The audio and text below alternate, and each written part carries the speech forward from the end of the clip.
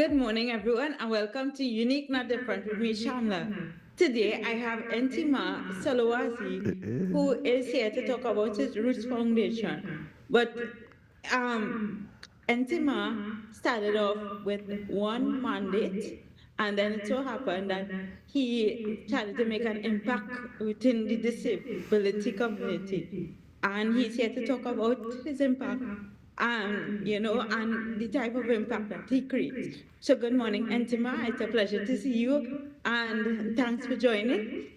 Good morning, Shamla and your audience. It's always good to be here in your company. Say likewise. So, can you tell us the founding of Roots Foundation and what inspired you to launch your organization focused on oral tradition, social change, and what was your original mandate for this foundation? Okay, so again, good morning, everyone. Well, Roots Foundation, Roots is an acronym for reflections of our oral traditions. And it started off focusing on spoken word poetry. Right? I was writing poems at an early age, love poems, you start off with the kind of love thing, right? And because of my background and lived experiences growing up in Belmont and then Maloney, I didn't want to be seen as a love poet. Nothing is wrong with love, right? But I didn't want to be seen as a love poet when there were so many social issues taking place. So I quickly decided to form a foundation, the Oral Tradition Roots Foundation, and began to do work focusing. I call it the unsexy work, right? Because you work with youth who persons don't really want to work with in some cases or cannot connect with them, right? And I hope I don't get TTT any problems with this statement I'm going to make here. But we have had two SOEs like back to back, and the focus has been on gangs. And we are here trying to make a difference, right, with that particular cohort of young people. I heard an interview earlier talking about in International Youth Day that if you look at the crime, a lot of young person involved in crime, but yet still it's very difficult to get that support across the board, right? Doing this unsexy work. So, yeah, that's really, in a nutshell, how we started in our focus. You deal with the dark horse and I guess the underdogs in the community. Yeah. You So can say over that. yeah. So over time, the foundation expanded into areas such as wheelchair donation. How did serving persons with disability become part of your mission? Shamla, I don't know.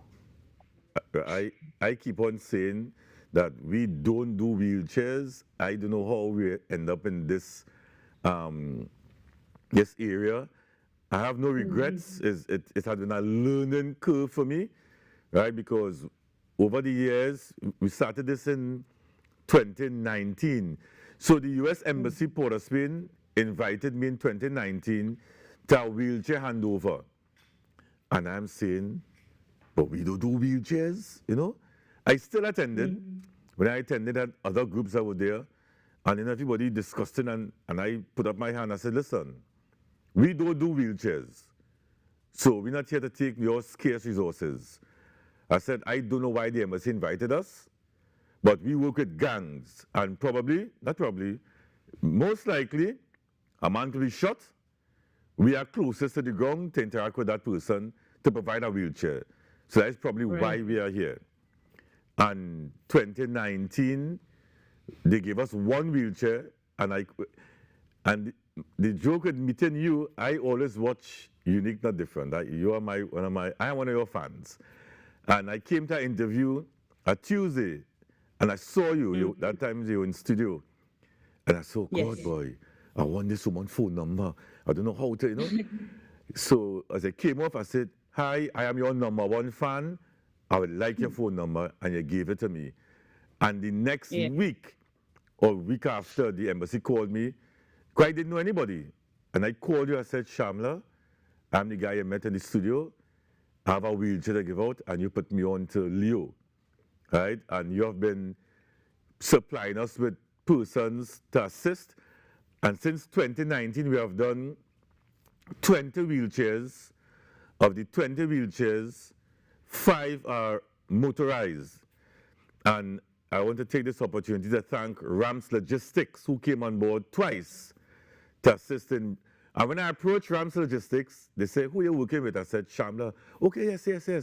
That's our colleague. We work at Shamla." So it has really been a joy doing this. I have learned a lot. A wheelchair is not a wheelchair, right? You have to look at the person's disability, the height, the weight, the size, the seat size. There's so many different things you have to look at before you give someone a wheelchair, right? And the international organization is wheeling forward. They're out of New York. I want to thank them for Alex and Lawrence for doing such a great job in assisting us to provide that mobility for our citizens who need that service.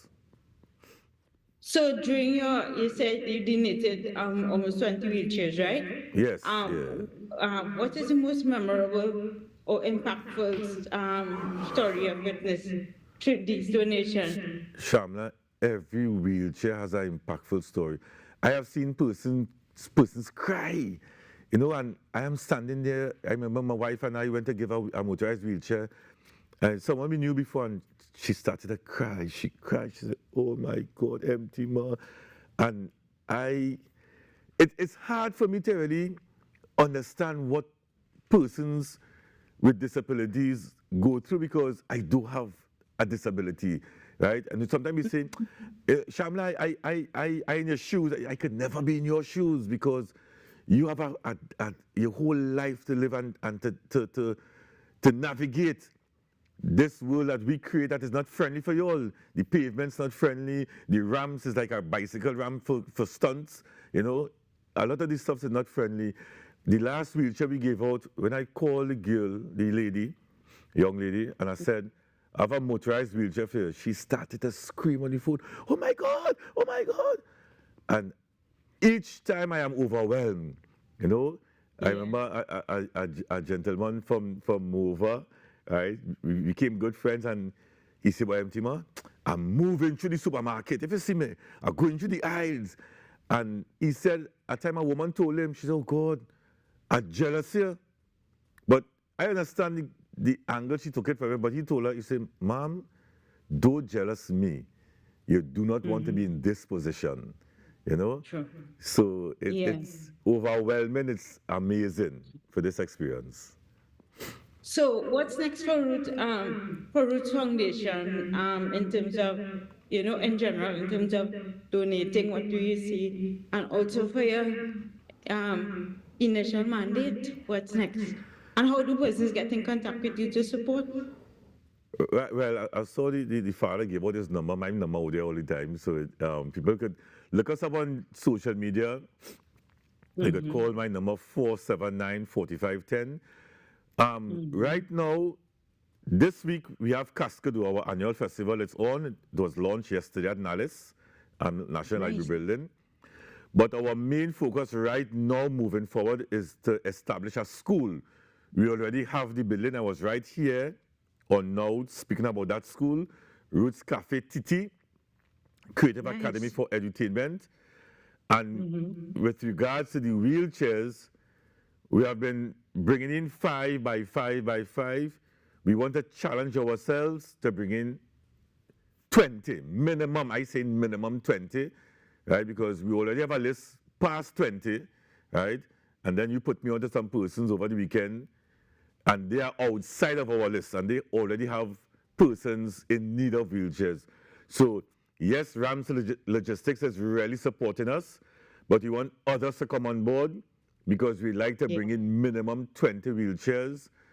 It's not, I'm not attacking it's not what you call hospital chairs. You would know the type of chairs we have is it's not appropriate. Chairs. It is what it is. Yeah, the motorized chairs they are custom made, right? So what Wheeling Forward do, they would take these specs from us and try to ensure that the chair fits the recipient, right? And I have seen it. You know of that, right? Because I think all of the persons I've given a wheelchair to was through you. And I really want to thank you, Shamla, for being the superwoman you are, not just for the disability community, but for persons like ourselves who admire you and look up to you, as a role model. Thank you.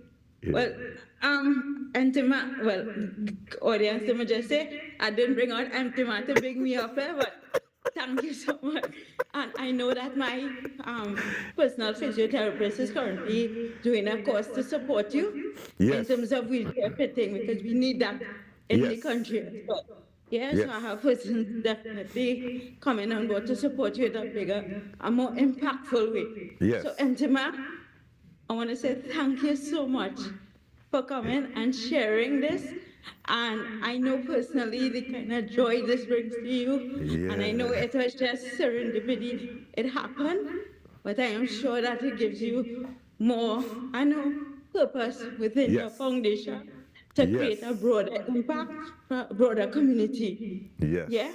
So, It's and always a thank pleasure, you. Antima. Yeah. And thank you too. Guys, with that being said, I want to say thank you so much for tuning in to this week's segment of Unique Not Different. As I always say, be good, do good, everyone.